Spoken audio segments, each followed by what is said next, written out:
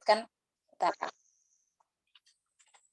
Nah, itu 3 bulan ya, 3 bulan masa masa iddahnya ya.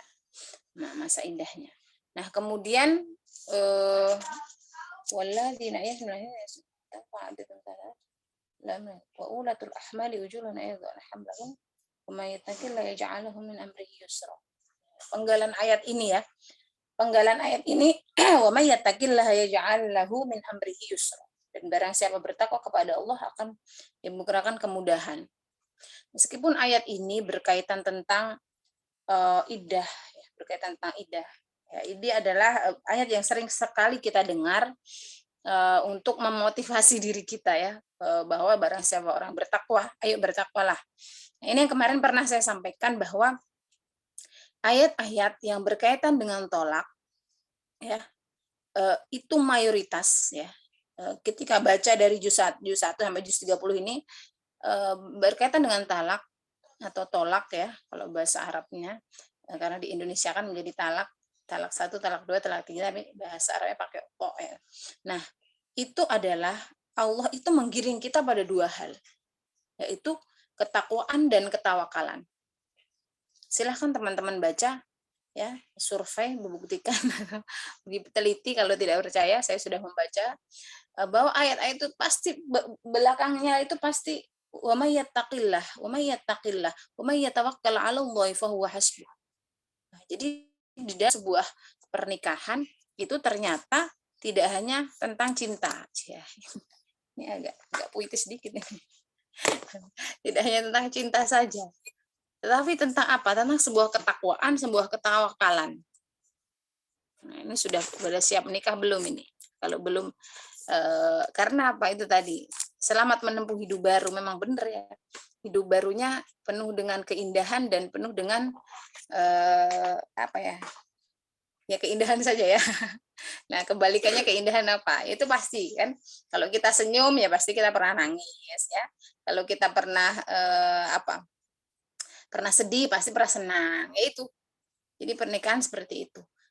Dan saking beratnya sebuah pernikahan itu karena mitsaqun ghalidun, yaitu perjanjian yang agung dengan Allah Subhanahu wa taala langsung, maka ujungnya apa? Solusinya itu cuman ketakwaan dan ketawakalan. Ya, ketakwaan, ketawakalan. Ketika memutuskan untuk mentalak seorang istri saja, itu suami udah di warning dulu. Bertakwalah kepada Allah. Itu di depan ya, di Al-Baqarah ya kalau nggak salah. Itu udah di warning dulu bahwa ketika kalian mentolak maka ayat selanjutnya itu juga wa may yattaqillah wa fattaqullah. Pasti ada seperti itu. Nah, itu dari awal mentalak. Jadi kemarin sudah ya kita kita kaji juga di ayat sebelumnya kalau tidak salah itu sudah juga bahwa syarat talak adalah dia sadar tidak dipengaruhi orang gitu kan. Nah, kemudian ayat yang selanjutnya juga bertakwalah kepada Allah dalam hal apapun. Maka ketika kita mentalak tadi, iringilah dengan takwa kepada Allah. Nah, ini sampai kepada iddah ya. Jadi proses dari awal mentalak itu intinya sadarlah ya, bertakwalah kepada Allah. Nah, kemudian sampai pada proses iddah. Ini diperingatkan dari ayat-ayat yang kita baca tadi sampai ayat yang 7 8 tadi ya. 6 7 8 ya. Kalau yang di ayat ini tidak haid sedang melakukan padahal telah perintah Allah dan yang ayat 5 ditegaskan lagi dalika amrullahi anzalahu ilaikum wa may yattaqillaha yukaffir anhu sayyi'ati wa yu'adzim lahu ajra. Nah, karena apa? Di dalam sebuah hubungan pernikahan itu banyak sekali akan ada kesalahan, misalkan ya, kesalahan dalam apalagi dalam proses sebuah perceraian. Itu banyak sekali hasad, iri, dengki, ya namanya itu kemarin saya gambarkan bagaimana kalau orang yang habis baikan terus berantem. Ya berantem itu pasti gimana dirinya supaya menang, itu kan dengan argumen apapun itu bagaimana caranya menang. Begitu kan? Nah, jadi ini sangat dihati-hati oleh Allah. Nah, dan sampai wa may yattaqillaha yukaffir anhu sayyi'atihi wa yu'dzim lahu ajra. Nah, maka memang perempuan ya di sini tuh memang banyak sih ayat-ayat ini memang khusus ya, banyak menjadi perhatian untuk laki-laki, tapi juga tidak terlepas untuk perempuan, karena di sini dalam sebuah perceraian itu sangat rentan korbannya adalah perempuan. Yaitu sebagai itu adalah hasil survei ya, hasil survei, dan Al-Qur'an membaca itu, Al-Qur'an sudah memotret itu. Maka tadi yang ayat kita baca di 678 tadi, sebelumnya ya, di ayat 6-nya askinuhunna min haitsu sakantum. Ya, mereka harus dikasih tempat nih. Kita tuh sebagai seorang perempuan, kita punya tempat ya, kita disunahkan, diwajibkan pada laki-laki untuk menempatkan kita. Jadi kita punya hak. Jadi kita boleh perempuan kalau sudah menikah minta hak sama suami, tolong saya dirumahkan. Tapi tadi seperti Zidni atau Yunitri bilang, mintanya di apartemen. Adanya rumah. Sekarang apartemen sama rumah itu mahal mana? Lihat dulu sih apartemennya di mana. Kalau apartemennya Green Lake View ya, sama rumah saya masih murahan Green Lake View ya, Ciputat gitu kan. Karena ya itu ya, jadi juga di apartemen itu sempit gitu kan ya, mungkin fasilitasnya langsung ya, nggak jauh gitu. Kalau rumah bersihnya mungkin harus banyak. Nah itu. Jadi sebagai seorang perempuan kita punya hak ya, punya hak untuk diberikan tempat tinggal, diberikan makan. Nah, bahkan di sini wala tudaruhunna ya, di sini Allah itu minta kepada para laki-laki supaya supaya jangan membuat kita repot gitu loh. Kita tuh kan nanti sudah hamil ya, kemudian melahirkan, menyusui, bahkan Al-Qur'an begitu memperhatikan diri kita dengan memberikan nafkah ya, tadi nafkah untuk orang iddah ya, sampai selesai melahirkan, sampai dia jangan tadi itu yang dibaca Zuhara, jangan dikeluarkan dulu dari rumahnya sampai iddahnya selesai. Nah, itu apa hikmahnya? Karena apa? Karena Allah ingin ada sebuah rujuk. Tahu rujuk nggak? Tahu rujuk nggak? Balik lagi. Ya, Tahu balik lagi. Ibu. Ya, balik lagi ya. Allah memberikan, kenapa sih harus ada iddah gitu kan? Masa manfaat iddah ya?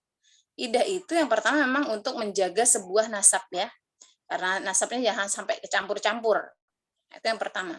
Yang kedua adalah Allah ingin ya, secara tersirat Allah ingin ya, orang yang berantem itu bisa balikan lagi. Nah, CLBK lah ya bahasa kalian. CLBK lagi.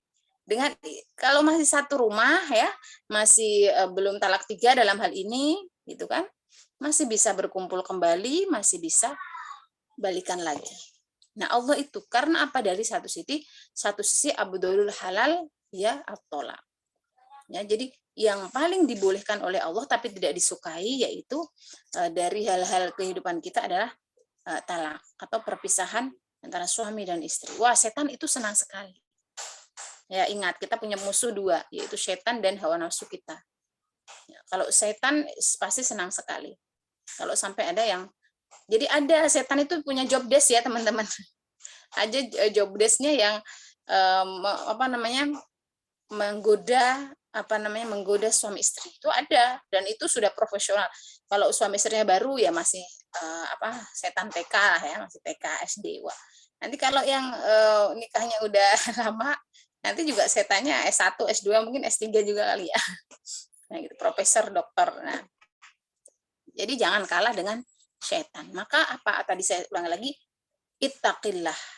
Ya ittaqillah itu bertakwa kepada Allah dan tawakal kepada Allah. Jadi usaha bagaimana memperbaiki, jangan sampai. Nah, ketika sudah terjadi talak, maka Allah tetap masih mengiringi tadi, masih memberikan, jangan sampai. Jadi bahasanya tuh kalau bertemu baik-baik, maka berpisahlah baik-baik. Nah, ketika berpisah tetap diberikan nafkah. Ya, jangan sampai mereka terlunta-lunta. Gitu ya, bahasanya terlunta-lunta loh. Al-Qur'an itu memberikan bahasanya. Jangan sampai terlunta-lunta itu bisa bermakna secara fisik dan secara hati. Ngenes gitu loh bahasanya kalau orang Jawa Timur ya. Udah diceraikan gitu kan, terus suruh pergi pula gitu kan. Nah, itu ngenes kalau perempuan tuh udah jatuh ketimpa tangga, kejatuhan duren, tapi durennya busuk gitu ya. Jadi cuma kena durinya. Nah, itu udah kasihan sekali. Maka Al-Qur'an memperhatikan sekali, Allah Subhanahu wa taala menyayangi kita perempuan. Nah, tetapi apa? Allah juga adil, Maha adil. Ya. Falyunfik mimma atahu.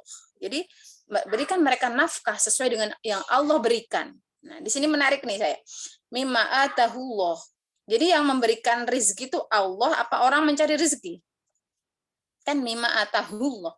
Sesuai dengan apa yang diberikan kepada seorang laki-laki itu Allahu sapa Allah. Siapa Allah yang memberikan. Nah, ini jadi catatannya juga bahwa rezeki itu adalah yang memberikan Allah. Manusia ngapain berusaha? Kalau manusia seperti ya waktu itu Imam Malik dengan Imam Syafi'i ya. Nah, Imam Malik dengan Imam Syafi'i waktu itu cerita tentang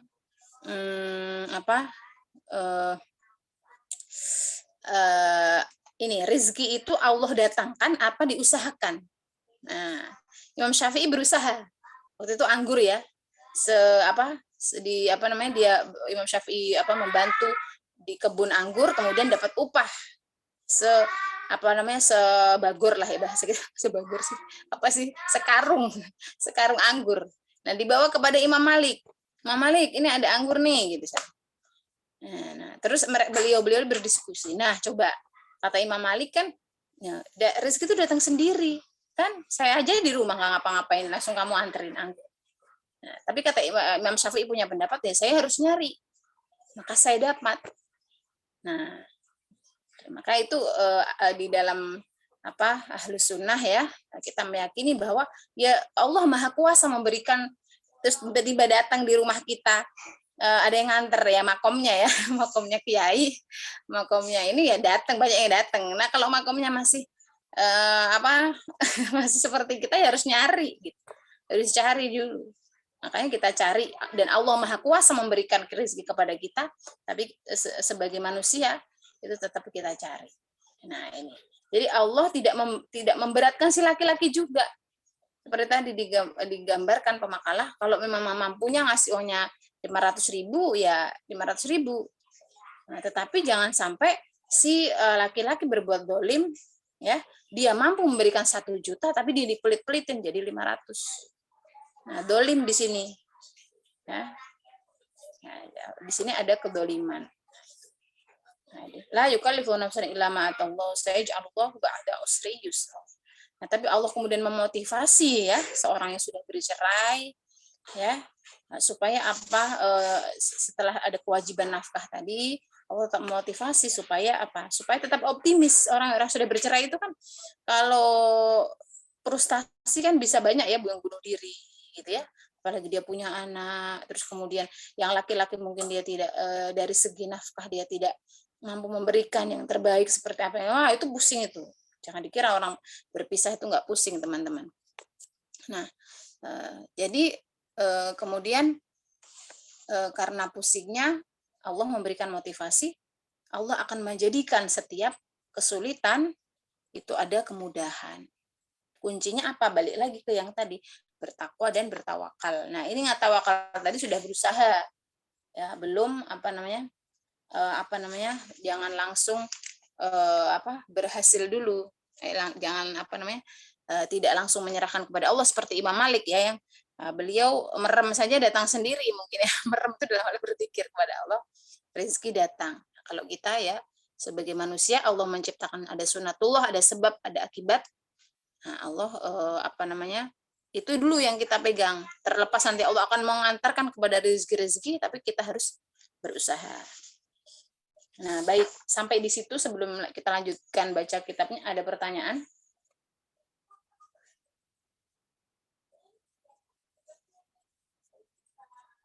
Pernah dibahas nggak tema ini di mata kuliah lain?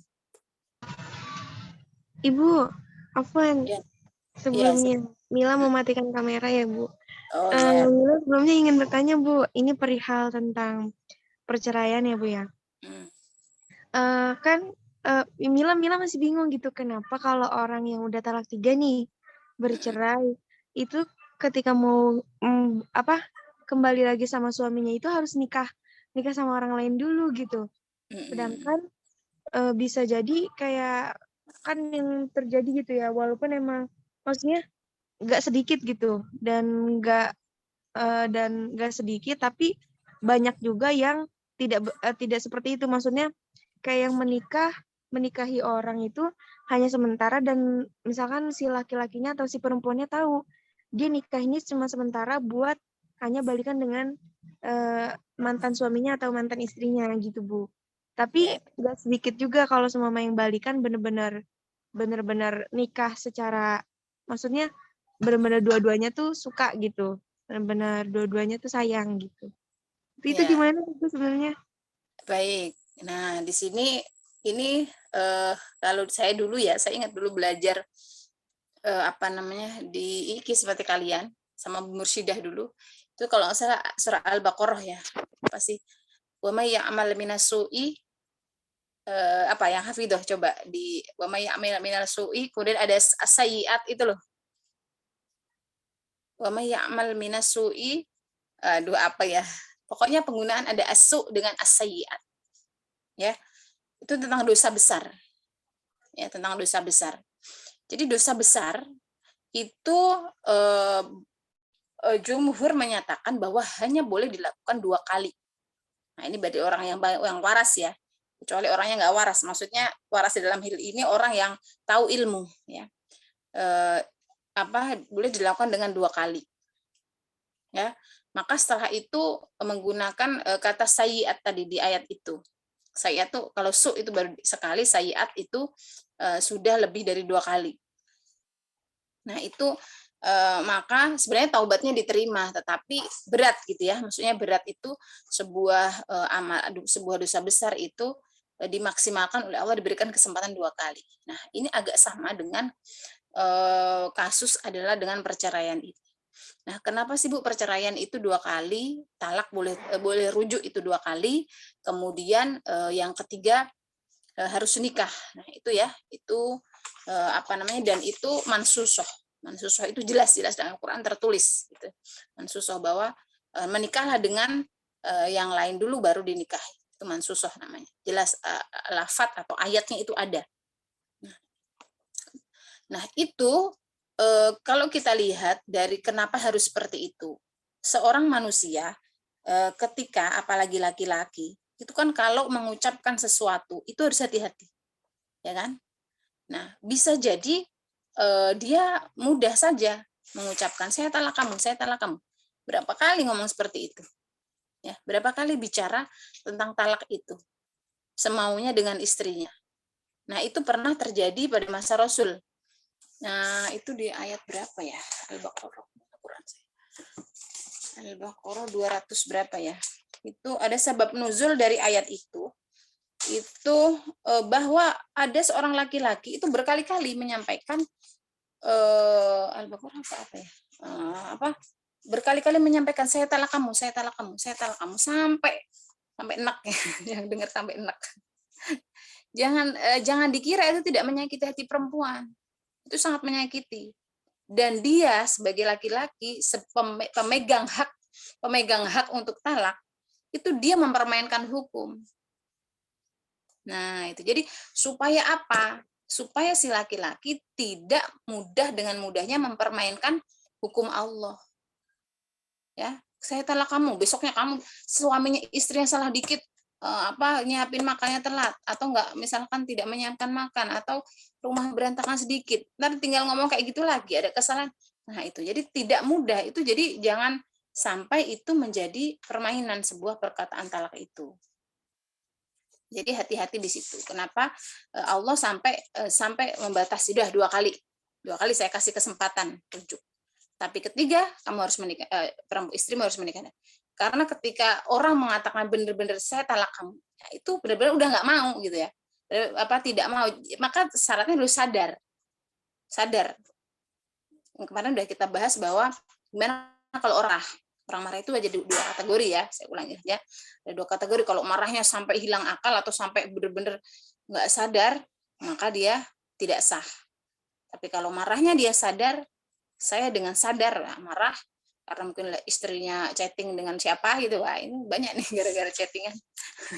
Terus chatting dengan siapa, marah, suaminya masih sadar, nah maka laki-laki harus cari suami tidak yang pemarah. Ya, pemarah boleh, tapi hati-hati ngomong talak. Nah, ini tuh harus sadar apa? Sadar bahwa mentalak seseorang itu harus hati-hati, gitu. Jadi tidak dijadikan permainan talak itu. Saya nyari ayatnya yang kemarin yang tentang itu ada wal walidatu yang wa in talaqtumun nisa itu loh.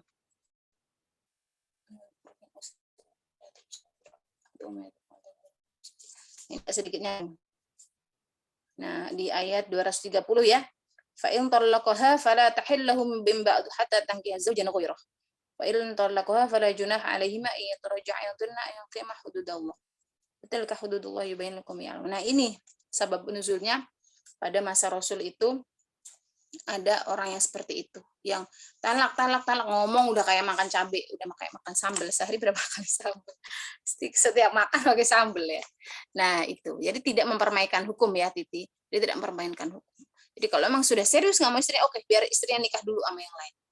Nah itu Allah juga ngasih, rasain loh gitu, permainkan talak, padahal kalau nggak ada istrinya ribet semuanya gitu kan biasa istri yang menyiapkan ini menyiapkan itu tapi dia dengan mudahnya dengan emosinya atau dengan itu maka dia dengan mudahnya seperti itu sebenarnya hakikat terbesarnya adalah pada poin itu, bahwa poin tidak ada permainan atau mempermainkan hukum dalam talak tadi. Itu Titi mungkin. Kemudian apa ya tadi? Titi satu aja ya pertanyaan ya. Iya Ibu. Begitu ya, itu sebenarnya keadilan atau perhatian Allah sekali lagi untuk perempuan.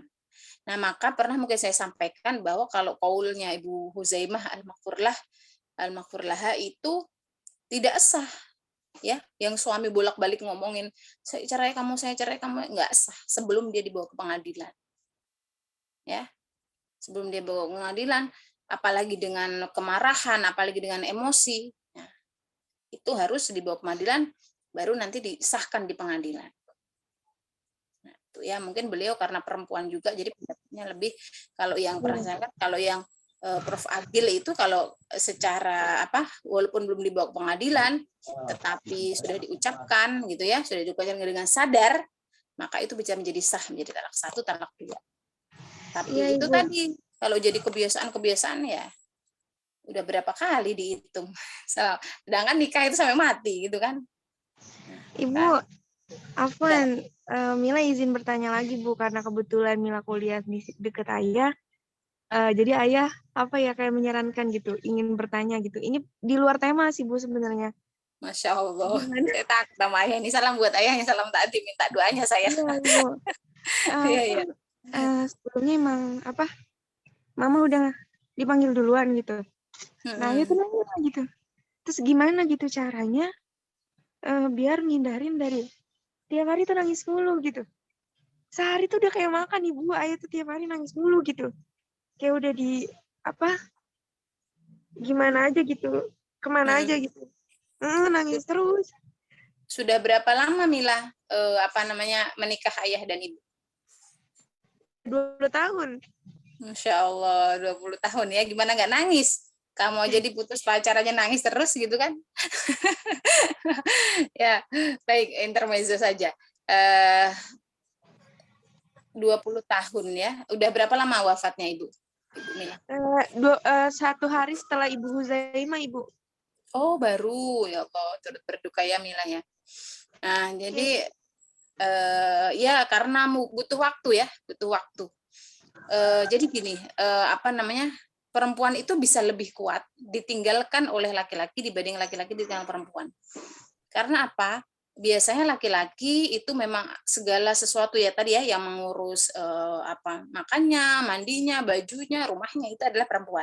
Jadi di situ memang ada apa sebuah apa ya kalau orang bilang itu kan garwo ya kalau orang Jawa. Garwo itu sigari nyawa. Garwo itu sigarinya nyawa ya belahan jiwa lah kalau kalian bahasa kalian soulmate gitu ya. Saya orang Jawa jadinya ini.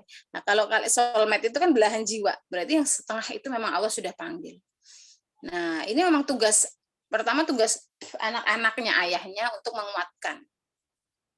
Nah, kalau di saya di kampung saya itu biasanya Mila foto-foto itu dicopotin semua dulu.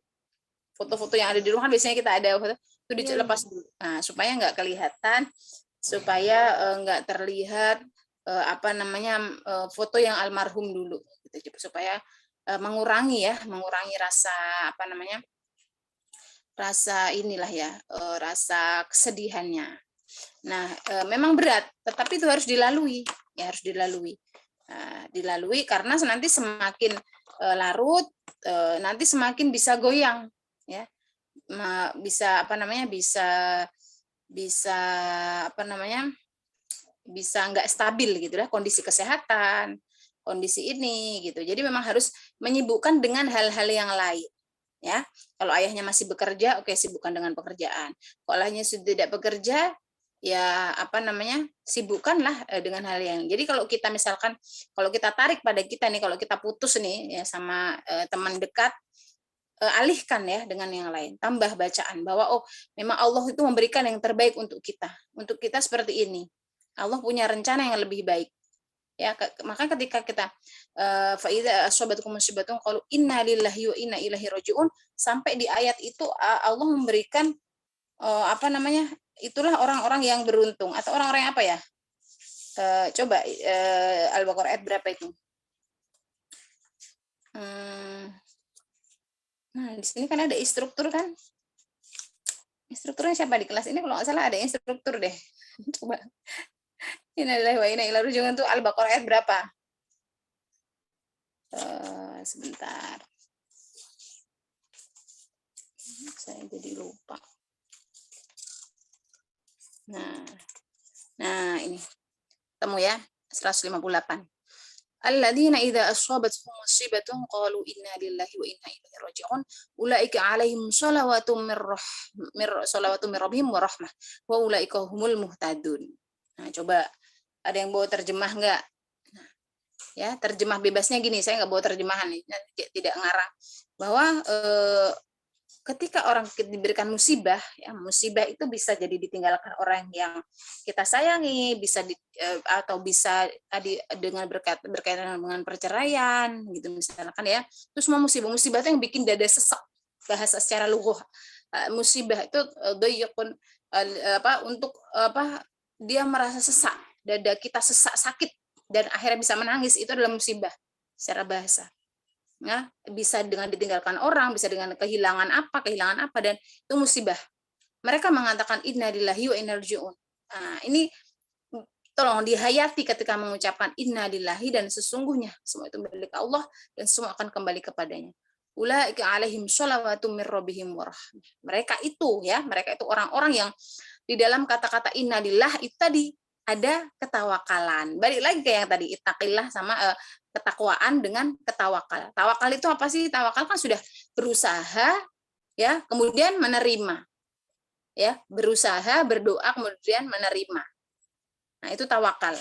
Dalam qalu innalillahi wa inna ilaihi raji'un kalau teman-teman menghayati maknanya ya karena kita bukan orang Arab yang kalau kita udah biasa innal raji'un nah gitu aja tapi kita kurang hayati. Ketika menghayati maknanya, maka itu adalah ketawakalan kita. Ya Allah, aku serahkan kepadamu. Aku serahkan kepada engkau ya Allah, urusan ini. Nah, ulaika alaihim, maka mereka akan mendapatkan apa? Shalawatum mir rabbihim. Keselamatan ya, sholawat dari Tuhannya dan rahmat dari Tuhannya. Nah, berikan motivasi itu Mila. Ini tidak hanya untuk kasus Mila, tapi untuk kita semua. Dan tadi itu musibah itu tidak hanya sebuah kematian, tapi itu tadi putus ya, kemudian misalkan nggak lulus apa, nah, kita sebagai seorang mahasiswa misalkan nggak lulus apanya, misalkan alhamdulillah tadi ya, semoga insya Allah lulus semua. Nah, kemudian ditinggalkan ibu, ditinggalkan ayah, ditinggalkan pasangan, bahkan yang tidak meninggal tapi berpisah, dalam hal ini perceraian sesuai dengan tema perkuliahan kita, maka ulaika humul muhtadun, ya. Maka ucapkan innalillahi wa inna ilaihi raji'un terus, itu kita berikan motivasi itu, kalau kita bertawakal kepada Allah, maka kita termasuk orang-orang yang mendapat petunjuk. Nah, jangan sampai kita bukan orang-orang yang mendapatkan petunjuk dari Allah Subhanahu wa taala. Mendapat rahmat, bilang aja, ayah atau teman kita ngasih motivasi, udah sabar, ikhlas. Ya, sabar, ikhlas, karena apa? Kita akan dapat rahmat dari Allah nih, lebih besar. Ulaika alaihim sholawatum mir rabbihim wa rahmah. Nah, itu janji Allah ini bener nih di Al-Qur'an. Nah, bukan ngarang. Nah, itu berikan motivasi terus. Kemudian kita alihkan nih, kita stres terhadap satu hal. Saya dulu ya, kalau tahfidz misalkan stres nggak hafal-hafal atau apa, saya belok dulu. Nah, belok dulu. Ini nggak tahu nih di kelas ini ada yang pernah stres karena tahfidz atau enggak itu. Karena memang udah ahli-ahli semua. Saya belok dulu nih.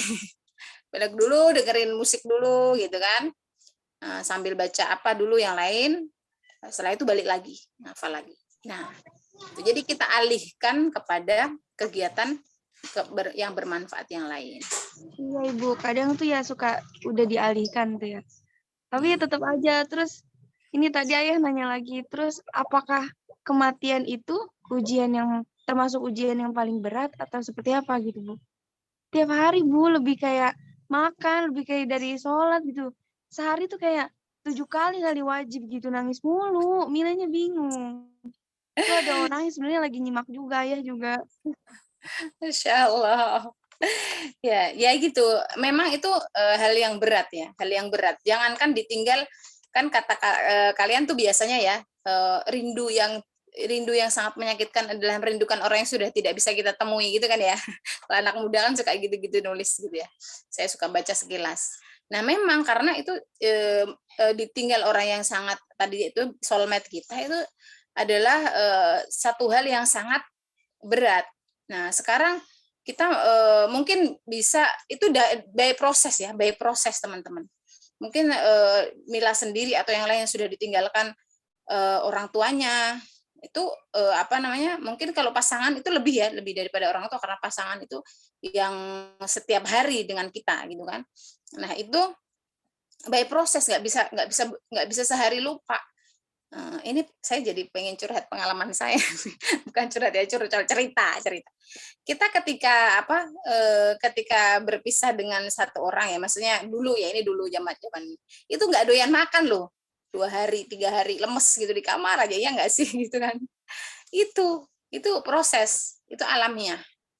Nah, tetapi memang tetap harus sebagai keluarga, apalagi kasus seperti Mila ini, harus terus disampaikan, ayah ini ya, kita ajak ngobrol terus. Apalagi biasanya ayah dekat dengan anak perempuan. Ini semua anak perempuan ya, anaknya ayah semua kalau perempuan katanya. Jadi diajak ngobrol terus, jangan sampai melamun gitu ya. Kalau melamun nanti ingat lagi, nangis lagi. Kalau sekarang masih nangis Bu, ya wajar ya, wajar. Wajar, beliau hidup 20 tahun bersama, bareng-bareng membesarkan anak gitu, dan semuanya itu dilalui bersama, itu wajar. Nah, tapi kita pelan-pelan, coba deh ya dikurangi nangisnya misalkan. Atau yang tadinya nangisnya 5 menit, sekarang 1 menit aja. Udah kealihin yang lain. Nah, itu by proses, nanti pelan-pelan. Yang penting dari diri yang kehilangan ya, baik itu ayahnya Titi atau kita semua, itu kita punya semangat dalam hati kita, Allah terus, zikir terus, bahwa Allah berikan yang terbaik, yakin kepada Allah akan berikan yang terbaik untuk yang kita maupun untuk si yang sudah pergi. Dan juga dari orang-orang yang sekitarnya mendukung, terus menemani, memberikan motivasi. Nah, itu ya, jadi memang tidak mudah. Makanya sampai diberikan diberikan rahmat loh kepada Allah, diberikan petunjuk, ya kan? Karena kita gampang ngomongin innalillahi wa inna ilaihi raji'un, itu gampang banget. Tapi sampai merasuk ke dalam jiwa kita, Allah kasih apa rewardnya nggak sayang kan kita Allahummarhamna bil Quran, ya Allah rahmati kami dengan Al-Quran kan, dan minta rahmat, minta petunjuk tiap hari kita minta doa itu. Tapi kata ayat ini 157 yang sabar, yang ikhlas, yang tawakal, maka dia akan diturunkan rahmat oleh Allah, diturunkan petunjuk oleh Allah. Begitu Mila ya. Semoga membantu sedikit. Iya Ibu, barakallah. Maaf ya teman-teman di luar tema. Terima kasih Ibu, barakallah. Amin. Nah, ini sebenarnya tidak di luar tema juga, karena ini menyambung, karena sebuah perceraian, sebuah perpisahan itu juga bagian dari musibah. Bagian dari musibah itu ada yang saya bilang itu juga menggetarkan hati, itu yang tadi yang membuat dada kita sesak. Itu termasuk selain memang karena meninggal, juga karena perceraian gitu. Baik, ada lagi yang lain? Kalau ada makan. Nah, jadi tetap garis besarnya di ayat ini adalah berkaitan tentang nafkah ya, tempat tinggal yang wajib untuk istri, kemudian kewajiban untuk si anak yang disusui ya tadi, si anak yang disusui, kemudian ibunya sampai melahirkan. Nah, itu masuk dalam kajian ayat ini. Kemudian ayat 8 tadi. Nah, ini masih bersangkutan tadi ya, berkaitan tadi apa? Munasabahnya tetap waqa'i min qaryatin ya. Dan gitu. Nah, ini mungkin nanti yang tambahan-tambahan tentang hari akhirat ya, durhaka perintah Allah dan Rasulnya. Ini ini memang penggambaran dengan masa lalu ya, bahwa banyak yang sudah mendurhakai Allah ya dalam hal ini, karena ini sangat rentan teman-teman. Sekali lagi, bahwa kenapa sih harus ada komisi perempuan segala macam itu ya, di Indonesia ada komisi perempuan gitu. Karena perempuan dan anak itu sangat rentan mendapatkan ketidakadilan ya, sangat rentan. Maka Allah memperhatikan sekali, kemudian sampai dilanjutkan dengan ayat-ayat seperti itu ya, jangan sampai hukum-hukum yang Allah sudah kasih itu dilanggar gitu. Itu warning ya, peringatan lagi, warning. Maka kalau kita lihat di Al-Marawi itu karena pembedaan pengelompokan ayat itu tidak dikelompokkan ya, ayat 8 tadi tidak dikelompokkan menjadi yang dengan ayat tolak tadi atau iddah tadi. Tapi kalaupun mau karena pasti berkaitan ya, pasti berkaitan. Jadi mungkin itu teman-teman, kalau sudah tidak ada mungkin bisa kita akhiri, karena mungkin ada dosen yang lain yang mau masuk. Cukup Tusna atau masih ada? Ibu, saya mau bertanya sebenarnya. Ya, silakan. Matkul kedua kosong, Bu. Oh ya. Mau tanya, Bu. Ini kan lagi ngomongin tentang nafkah masa idah kan, Bu. Nah, kalau seseorang aja cerainya itu karena nggak dapet nafkah dari si suami, apalagi ini di masa pandemi gitu ya, Bu. Banyak yang di PHK, akhirnya nganggur, cari kerjaan susah gitu. Dan salah satu faktor meningkatnya perceraian gitu lah, Bu. Nah, terus kalau dari masa bersamanya aja si suami nggak bisa ngasih nafkah, terus gimana dengan masa idahnya, Bu? Apa masih berlaku ngasih nafkah, Bu?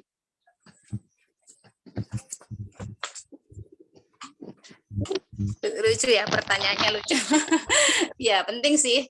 Tapi ya emang ya, orang ngasih nafkah aja nggak bisa, apalagi ngasih nafkah idah gitu ya. Karena itu perintah yang bisa menjadi hutang.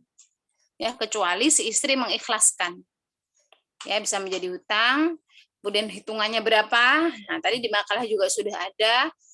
Ataupun hitungannya makan sehari berapa kali, itu dihitung, itu dengan perjanjian saja itu.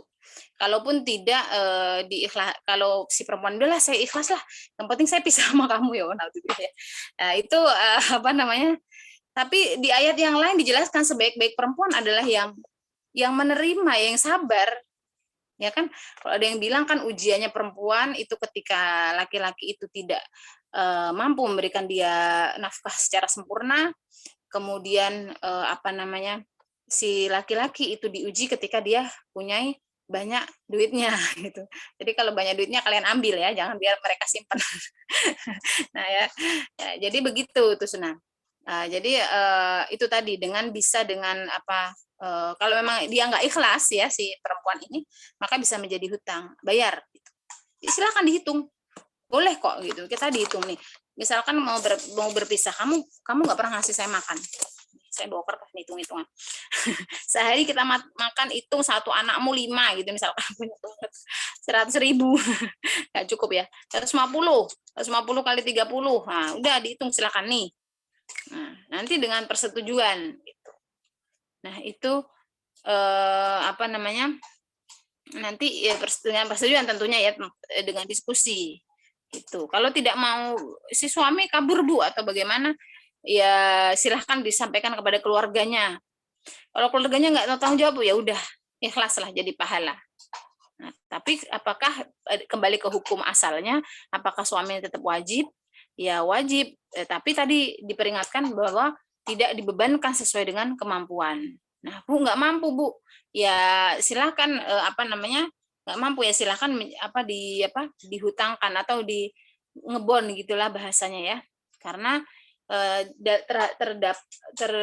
dalam sebuah itu kan bisa dimasukkan kategori sebuah kewajiban, ada yang masuk sedekah, yaitu menjadi pahala yang tersendiri. Kan kalau istri itu tidak ikhlas karena suami tidak memberi nafkah, bisa itu menjadi hutang, ya bisa menjadi hutang. Jadi boleh istri itu menuntut, nih kamu nggak ngasih saya selama berapa tahun, mana asetmu saya ambil. Nah itu boleh. Ya, nah, tentu kalau misalkan masuk pada ranah pengadilan itu tinggal kita memberikan bukti apa yang bisa kita berikan selama tidak memberikan nafkah, gitu. Misalkan bukti dari rekening istrinya semuanya habis, gitu kan, 1 bulan itu dengan bon-bon belanjanya, gitu. Nah itu semuanya yang dekat dengan Al-Quran. Orang-orang yang dekat dengan Al-Quran itu nggak akan kekurangan makan. Kalau cuman makan. Kalau beli baju masih bisa Bu, masih bisa lah, insya Allah. Tapi itu yang saya yakini ya, meskipun ya memang ada lah ujian, setiap orang itu ada, setiap orang itu punya ujian masing-masing, entah dari ekonominya, entah apanya. Tetapi untuk Allah saja menjanjikan orang-orang yang pasti diberi nafkah, diberi makan, untuk diberi rizki, ya. Apalagi orang-orang yang dengan seperti kita itu adalah orang yang insya Allah dekat dengan Al-Quran. Nah, gimana supaya kita diakui bahwa kita menjadi orang yang dekat dengan Al-Quran? Yaitu kita banyak interaksinya dengan Al-Quran. Gitu. Jadi insya Allah akan dijamin ini. Yang penting memang harus sabar, dan sabar itu nggak gampang teman-teman. Sabar itu bukan cuman ukurannya ya nunggu dosen nggak datang-datang, ya aduh kemarin nggak datang-datang sih gitu misalkan, aduh kenapa sih dosen ini nggak pernah masuk, nggak cuman seperti itu mah masih cetek banget. Masih cetek. Nah ya, tapi sabar itu masya Allah luas dan nggak tahu ujungnya seperti apa. Tapi tadi wa may yatawakkal 'alallahi fahuwa hasbuh, ya. Jadi saya bertakwa kepada Allah. Ini memang ada kajian fikihnya, ada kajian tasawufnya pada pernikahan itu. Ya, silakan boleh ngitung, boleh. Karena kan harta suami, harta kita, harta kita ya. Gitu ya biasanya kalau perempuan. Ya kan nanti kalau berpisah kan ada harta gono gini. Nah, harta gono gini itu tuh senam, misalkan ada rumah, dia nggak punya nafkah, nggak punya harta untuk menafkahi, tapi punya punya mobil misalkan. Mobil itu didapatkan ketika menikah. Jadi harta gono gini itu harta yang didapatkan ketika posisi itu menikah.